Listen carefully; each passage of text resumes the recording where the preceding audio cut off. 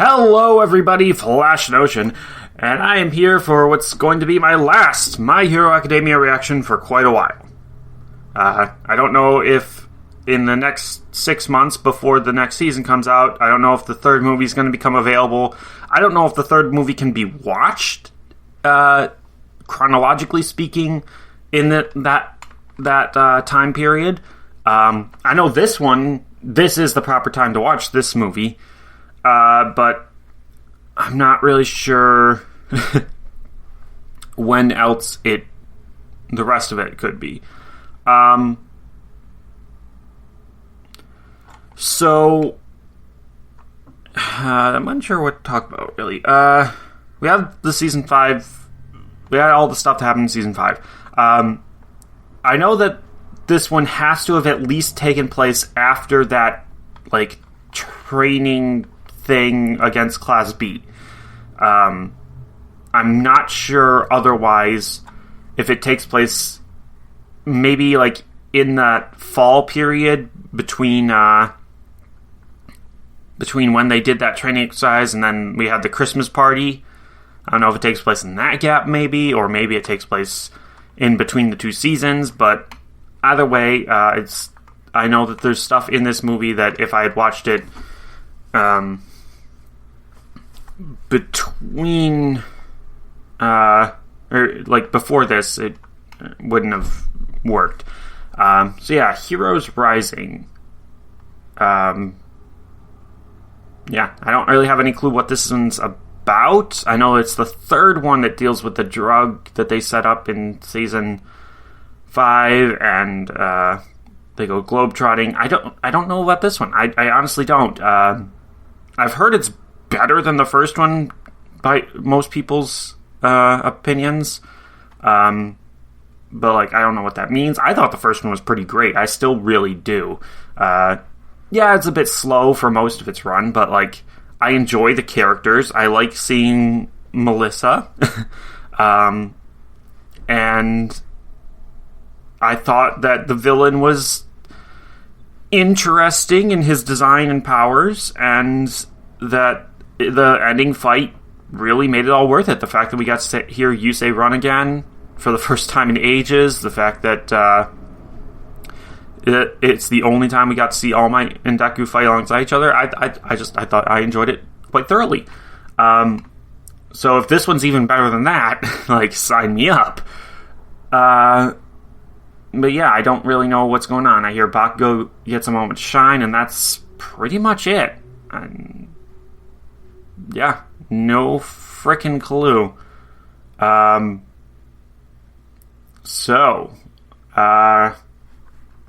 don't remember any setup in season 4 for the movie. So, no idea, what other characters might appear in it. And no idea who the villain is, so I just have no clue. I am blind as a bat, and that is actually good. I've had expectations for this, sort of. I want it to be as entertaining as the first movie, obviously, if not better. So, and I'm rambling. So that means it's time to get to it. Let's just get into it. Starting in 3, 2, 1...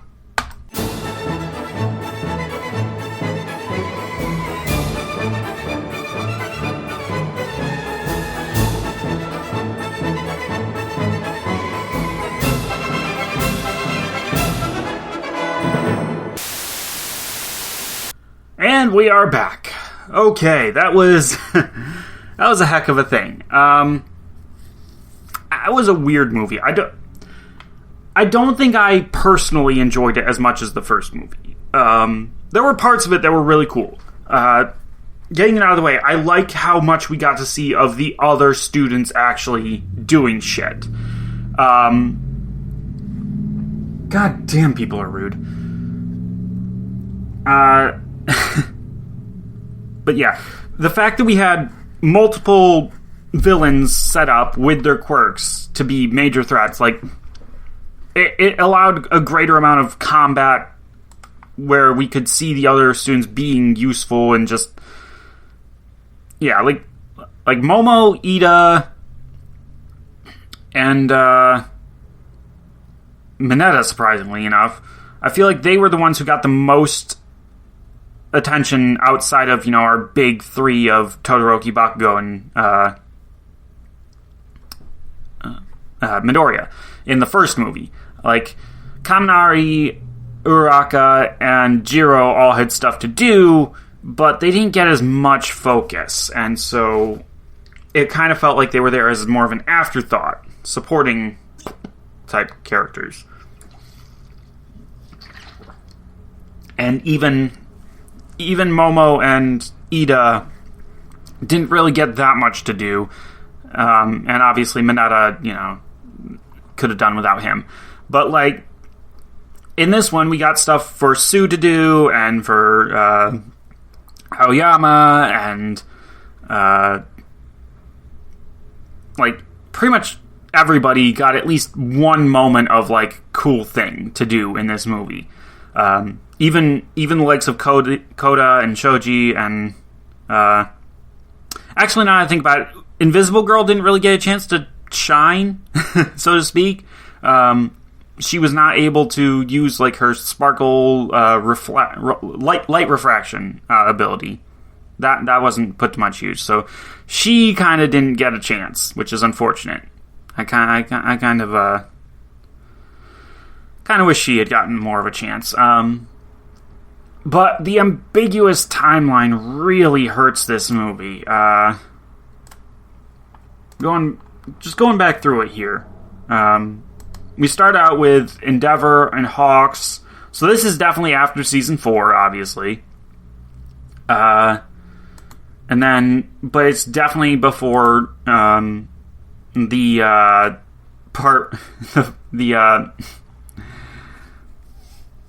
what am I saying here? It's definitely before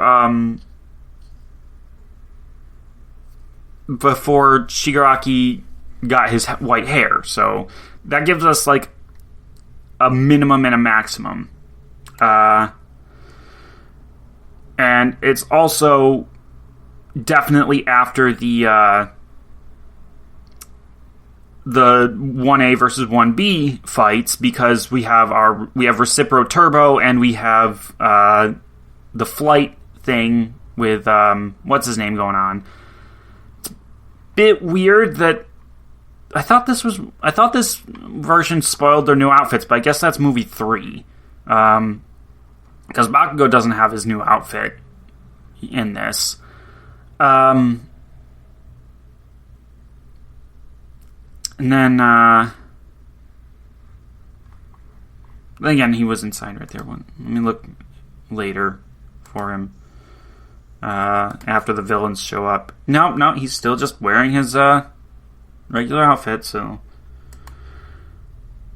Yeah, and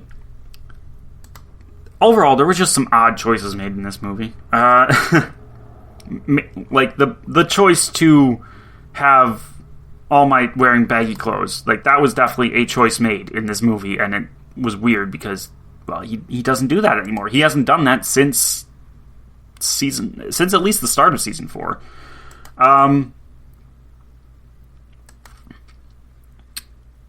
And then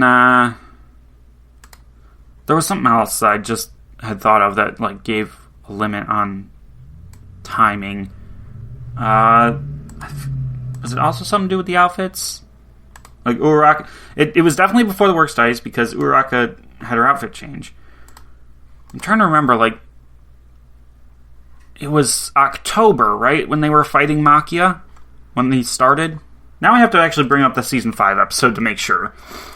God damn it, what episode did that start in? I want to say it was 21?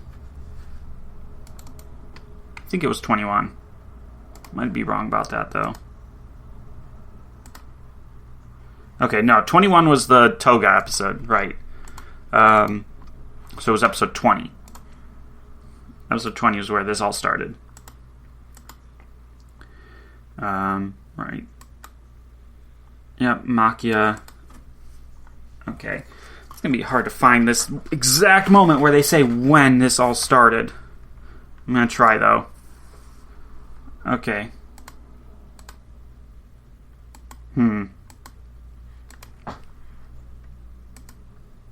About 2 months ago, a certain day in October. Okay, so yeah.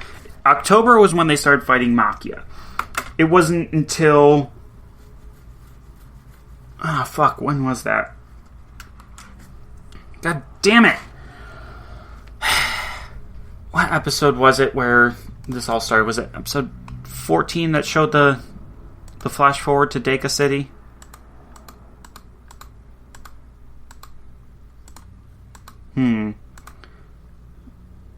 No, episode... Was it episode 13 then? I can never remember this shit. Yep, okay.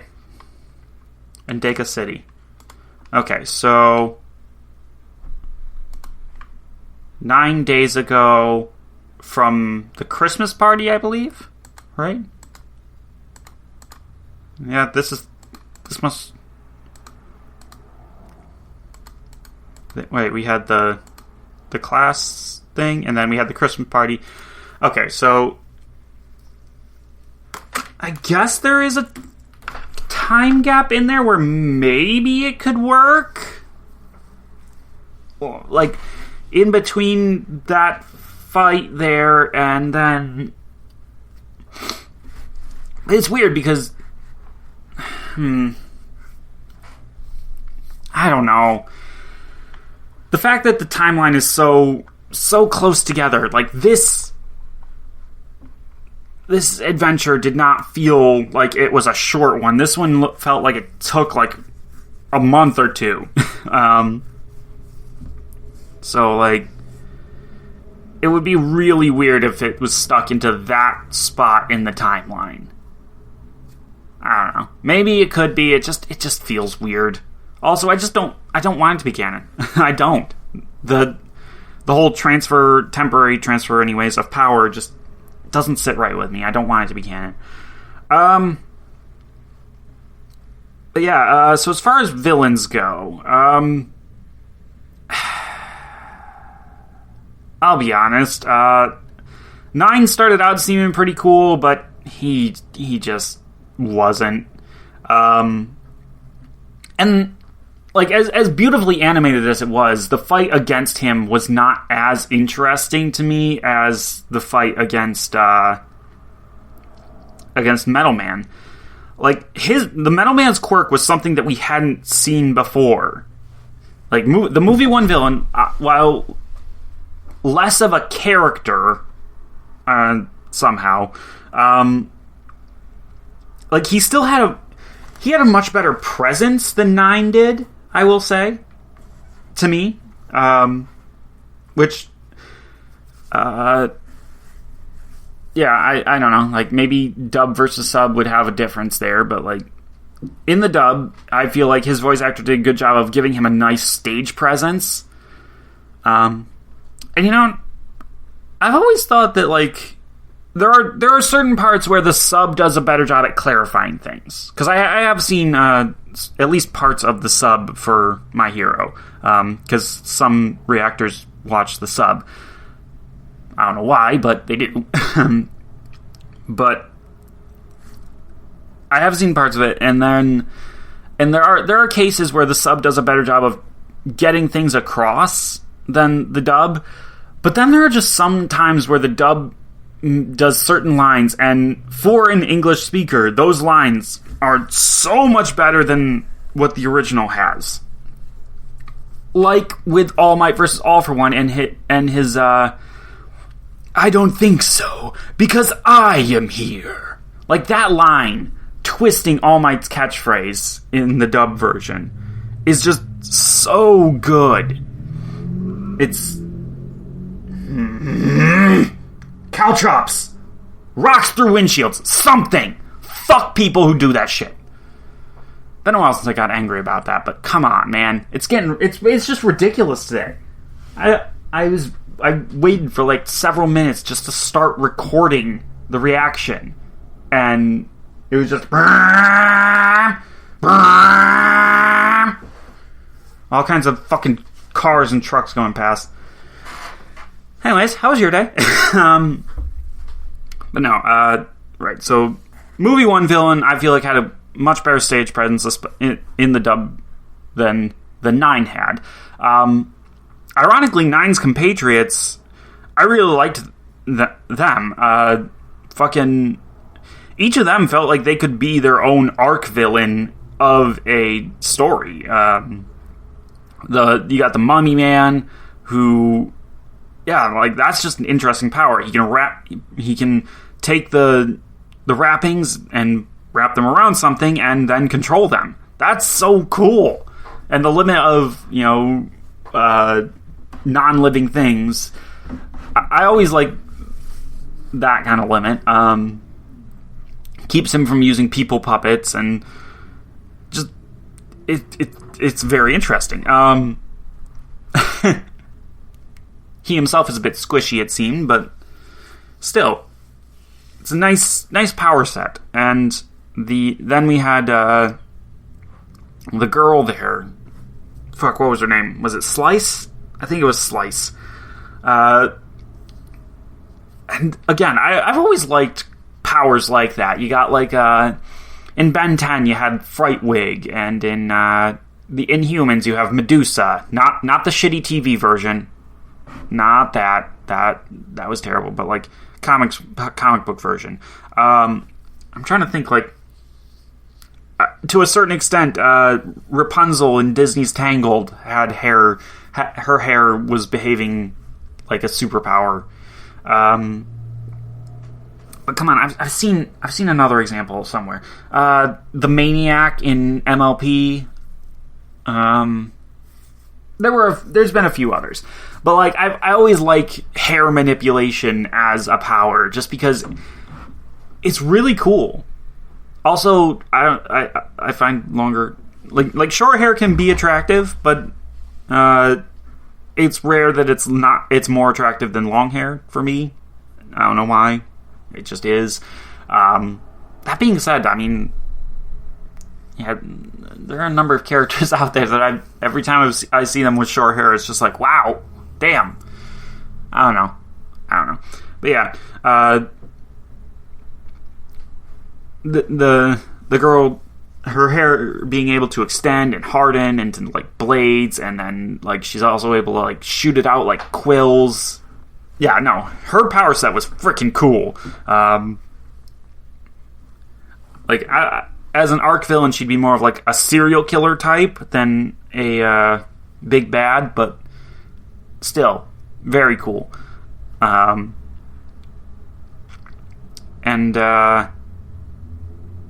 then you had the Chimera guy, and he was a powerhouse. I still don't understand how he's not dead after that, but hey, it made for a great fight. Though I will say, once again, Ida had better visuals for his fighting in both the Season 5 arc there and the previous movie. They did Ida a little bit dirty in this one, but overall it was still a great fight. And I love the image of Todoroki and Kirishima just powering through the guy's fucking laser breath. He did remind me a lot of one of the Trio of Danger from Dragon Ball Super. The leader specifically. He basically had the same wolf-ish design with lasers from his mouth, and also size increase, and even the fur was the same color. So it was a very similar design. I forget the name. Was it I want to say it was Bergamo or something like that. But yeah. Kind of wish we'd gotten a little bit more into the backstories of these hench people and why they're following 9. Because we didn't.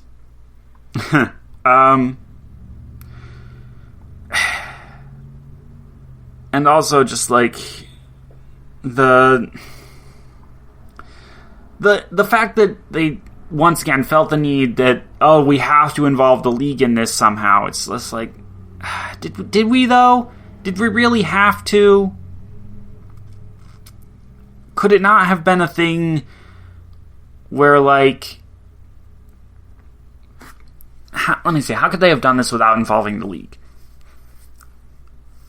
Alright, so we start the movie with, the same set of... with this main set of villains trying to get away from the heroes, and succeeding. They could have stolen a device that would allow them to, like, draw out another person's quirk and combine it with one of their own. And that's what they're going for. And they track down this guy whose quirk they need. How they would have found that out, I'm not sure. Like, especially since it doesn't seem to be a matter of public knowledge and whatnot. Like, that part would be a bit weird, but, like, you know, that's where the actual good writing comes in to make it happen. But yeah, have it be a device rather than innate power, and just have Nine's, rather than having 9 quirks, he just has the one weather manipulation quirk, because as anybody who's ever been a fan of the X-Men can tell you, nobody with Storm's power set needs other powers. Storm is OP as fuck. So, yeah, just have it be that in order that he's past the singularity point, and in order for him to function, he needs to absorb someone else who has, like, a healing quirk in order to make it work properly. But then as far as, like, you know, why they're villains, what's their philosophy... I do wish we could have gotten something a little bit better than just, I want to destroy this world and rule over its ruins type of thing. Than the typical, like, might makes right type attitude that seems pretty similar to what the League and what Redestro had going on there. Liberation Army, there we go. I can remember the PLF now. The Metal Liberation Army is kind of slipping from my mind as a name that I remember. But, yeah, like, these villains didn't have anything to set them apart in philosophy, really. So, like, the first movie, I can excuse a villain who's purely motivated by money and a desire for power. Like, fuck, why not? Like, he doesn't want to destroy society. He just wants to be top dog in it. I can accept that. That's a fine villain motivation. These guys are just like, sure, whatever. This guy has a god complex now. Why not? But, like, I don't know. It's one of those things where, like, I don't enjoy it as much. It's not as fun, and his personality really wasn't there. And the fact that they gave him the white hair and made him look so similar to All For One's brother, only to do nothing with that just kind of, I don't know, it just feels weird to me. I don't really enjoy it. So yeah, ultimately speaking, like, this movie had a lot of great stuff in it, and the combat, the action was excellent, but just the story overall was not as fun as the first one to me, and although I enjoyed getting to see the students all participate more, there were still a couple that got left out, and ultimately thinking about it, I really do wish we'd gone with Class B. God damn it. Like, imagine, if you would, a version of this movie where after failing the battle against Class 1A, Class B gets sent off to this island to have some real-world experience, because that's what Class 1A has, is real-world experience. They're not expecting to fight any villains, they're not expecting to do any serious hero work, but it's still experience that they need to have. And then this shit happens. We finally get to see the Class B people be heroes. We finally get to see a lot of them in action and shine. Like, there were still characters from that arc in Season 5 that didn't get a chance to shine. Personally, I would love that. We have all these great characters in Class B, and it's clear that they're never going to get as much attention in the show as the Class 1A characters. So why not have it be that the show explores Class 1A and their journey, and then in the movie, we get a chance for Class B to shine. And then, well, in the movies, I should say. And then when Class B meets up with Class 1A, they can be all boastful, and we, in the audience who have watched the movie, can be like, oh, yeah, that's nice. We're acknowledging that. And then people who haven't watched the movie will be like, well, maybe I do need to watch the movie to see this shit. But I feel like that would have been a better story overall and a lot more fun, you know? And just like, you know, it's the ultimate question of like, why does this piece of media exist? And like the first one, it exists because we want to explore All Might's past, and at least a little bit, and because we want to have All Might and Deku fighting alongside each other for once. And, like, yeah, that's what we got, and it was awesome. But as far as this movie goes, the only thing I can point to is that ending of Bakugo and Deku sharing the power. Like, yeah, that was cool, but like, did we really need an entire movie for that? Could we maybe have just done like an OVA or something instead? Just a short one? Like, it's I don't know. It isn't great. And if you're asking a question of, like, well, how would Class B even stand a chance against these guys? Well, I'm not sure, honestly. Like, that would be, again, good writing would be able to figure that out. Just, like, thinking about, like, what kind of powers 1B has, I don't know. Like, they don't have somebody like Midoriya or Bakugo who has, like, that protagonist appeal to them, now that I think about it. Trying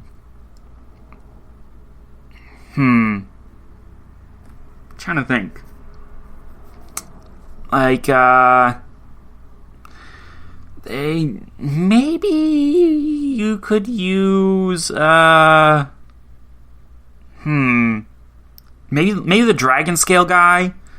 He seems pretty cool. Yeah, I guess his power's not that great. I mean, obviously there's Setsuna. Like, she's pretty cool. Her power's useful. Like, who could be the ones that do the big fighting? Obviously, any place Kirishima was, you could put Tetsu in there. Kendo for Momo, somewhat, at least. I'm just trying to figure out, like, I can't remember all of them. We have Pony. We have Monama's group.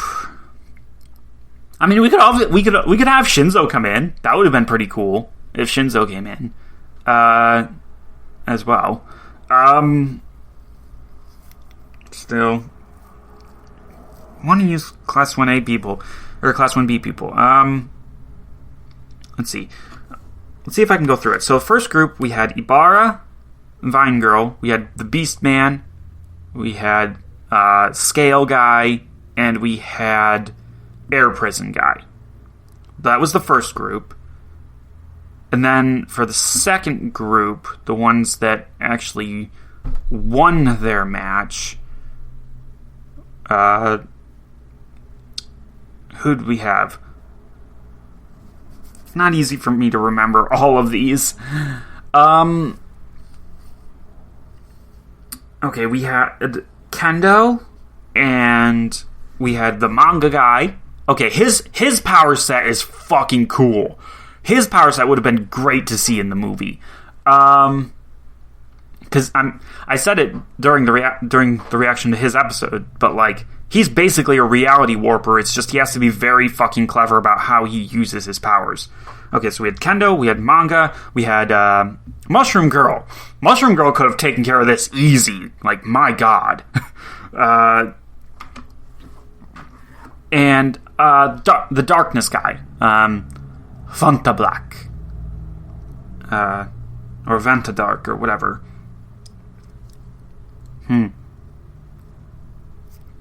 So we have them.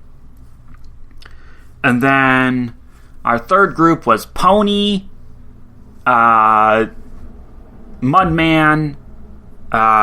Drill Guy, and who else was there? There was one other guy. I'm trying to remember who all was in that fight. Mudman, Pony, Drill Guy. The Blade Guy wasn't until the Bakugo fight, so I'm trying to remember. Oh, and Tetsu was in the third fight. So fourth fight against Bakugo was Setsuna, Mantis Guy, the Fuse Guy, and one more. There's one more that I'm forgetting. Shit. Come on, Quirk. Think of the Quirk. What all did we have going on there?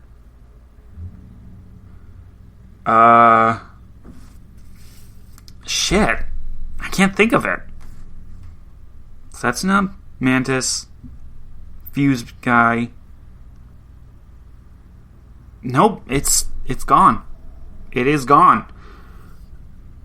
I'm trying to remember who Bakugo's team was and who they fought against, but I cannot for the life of me think of who the fourth one was. Alright, I give. I'll cheat. Trying to figure out what's the fastest way to see the characters, and I guess we'll go here. Okay, let's see. Hair Prison Guy, Weld Guy. No, not that one. Okay, so let's see. Oh yeah, the Glue Guy. Okay, so it was Glue Man, Weld Guy, the Knife Guy, and Setsuna was the fourth match. And then lastly, we had Monoma, we had Twin Impact Dude, we had the Size Changing Girl, and we had the Poltergeist Girl. So there's our class 1B. I finally got through them all. And yeah, man, the Glue Dude didn't really get a chance to do much of anything, did he? Right, it was Sarah who was on... Sarah was the other guy who was on Bakugo's team. But yeah, in thinking about it, Class 1B's quirks, they're not as overtly strong as Bakugo and Midoriya's quirks are, so the finale would have taken even more teamwork, but come on, I really want to see that. I really want to see a version of this movie where it's 1B who got sent to the island and who were the ones to take down the bad guys. I feel like that would be such a great story. Would have given those characters a real chance to shine. Sadly, that's not what we got. But yeah, I mean, it was fine. It was fine. It was entertaining enough. It had cool visuals for a lot of it. I especially liked basically everything before it focused in on Bakugo and Midoriya fighting 9. Everything before that, and in the climax area,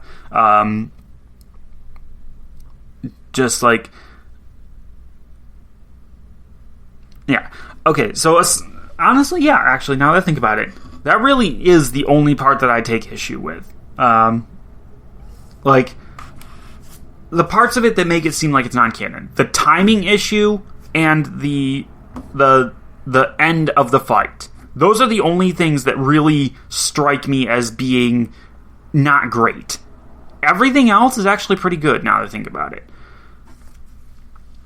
It's just that, the first movie, again, was more consistent in its entertainment, and there was no part of that where I'm just I don't like this. I do not like the finale of the battle. That was pretty lame, all things considered. Honestly, now that I think about it, it just felt like they wanted an excuse to use a double Detroit smash again. That's really all it seemed like. There's no real reason to have that. Like, yeah, just didn't seem to work for me. I don't know. Maybe I'm the only one who didn't really get as hyped about that as everybody as I was supposed to, but like, no, it did not work for me. From a conceptual standpoint all the way up to the execution, it just did not work to me. It was just a bad ending. It was just them pulling something out of their ass in the worst way possible. So that and the timing issues are what really drag this movie down for me. Everything else, if I just ignore those aspects of it and focus in on like literally everything else, the kids were a bit annoying, but it was fun seeing them do the shit and seeing Bakugo get angry about it, seeing Midoriya work with them, all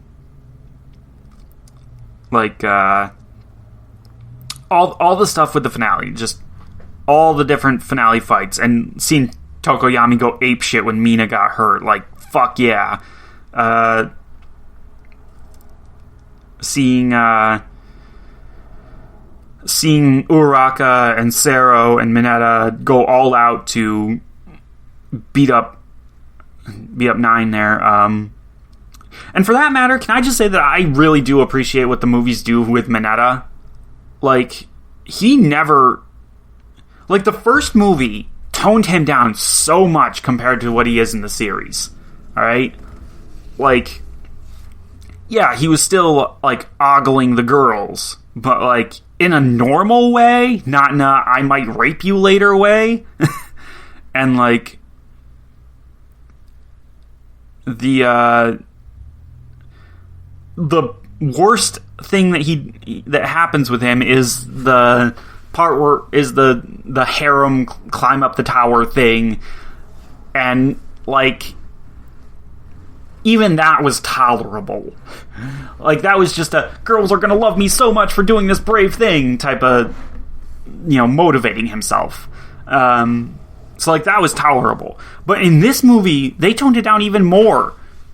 And it was just like, I appreciate that. He had like one moment of like, I'm gonna be motivated by this girl being cute type of thing. And like, I'm gonna, like, he stopped other guys who were acting pervy and stupid from going after these girls. And he only got upset because he didn't get credit for it. And you know what? He deserved credit for that. That was actually a really cool thing that he did. So, like, yeah, no, I appreciate him doing that. And he did deserve credit for it. And, like, the fact that Ojiro literally did nothing and was getting praised was like, no, fuck that. And then he had that moment of, like, the luggage girl who he was just like, she's gonna be cute. Oh, she's already got a boyfriend. Like, that was the worst thing that he did in this movie. And it's just like, every other time he's actually being useful and like pushing himself to the point of bleeding. And it's just like, yeah, that's the kind of thing that I want to see from Mineta in the show. No more of this, I'm going to bounce myself into Mina's boobs type thing. Like, do I blame him? Yeah, actually, I kind of do. Like, it's one thing to ogle the girls. It's another thing to actually do shit like that. That's fucked up, dude. Come on. So yeah, if the show treated Mineta more like the movies do, I would respect him a lot more as a character. So that was cool. But yeah, just in general, seeing the students pushing themselves to fight him off, Aoyama and Momo having that great fucking moment, and Aoyama coming in clutch at the end there again, just pushing himself even further. Like, I really have grown to like and appreciate Aoyama. Like, he's ridiculous. He is so ridiculous, and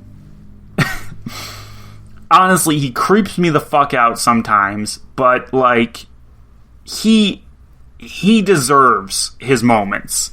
He earns the spotlight on himself, and I really appreciate it. I'm trying to think of, like, some other moments that we had, like, we had earlier moments there, like Bakugo versus Mummy there, and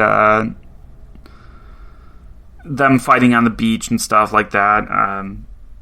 Honestly, the first fight of Midoriya and Bakugo versus Nine, that one was way cooler. That was a great fight there. But yeah. So, in other words, this was a movie that started from a place of confusion, failed to stick the landing, but everything in between was fantastic. It's like, if we're comparing it to, like, a skydive, yeah, that's like a great comparison. Imagine somebody skydiving and, like, they're on the plane and they just kind of flop around and fall out of the back of it.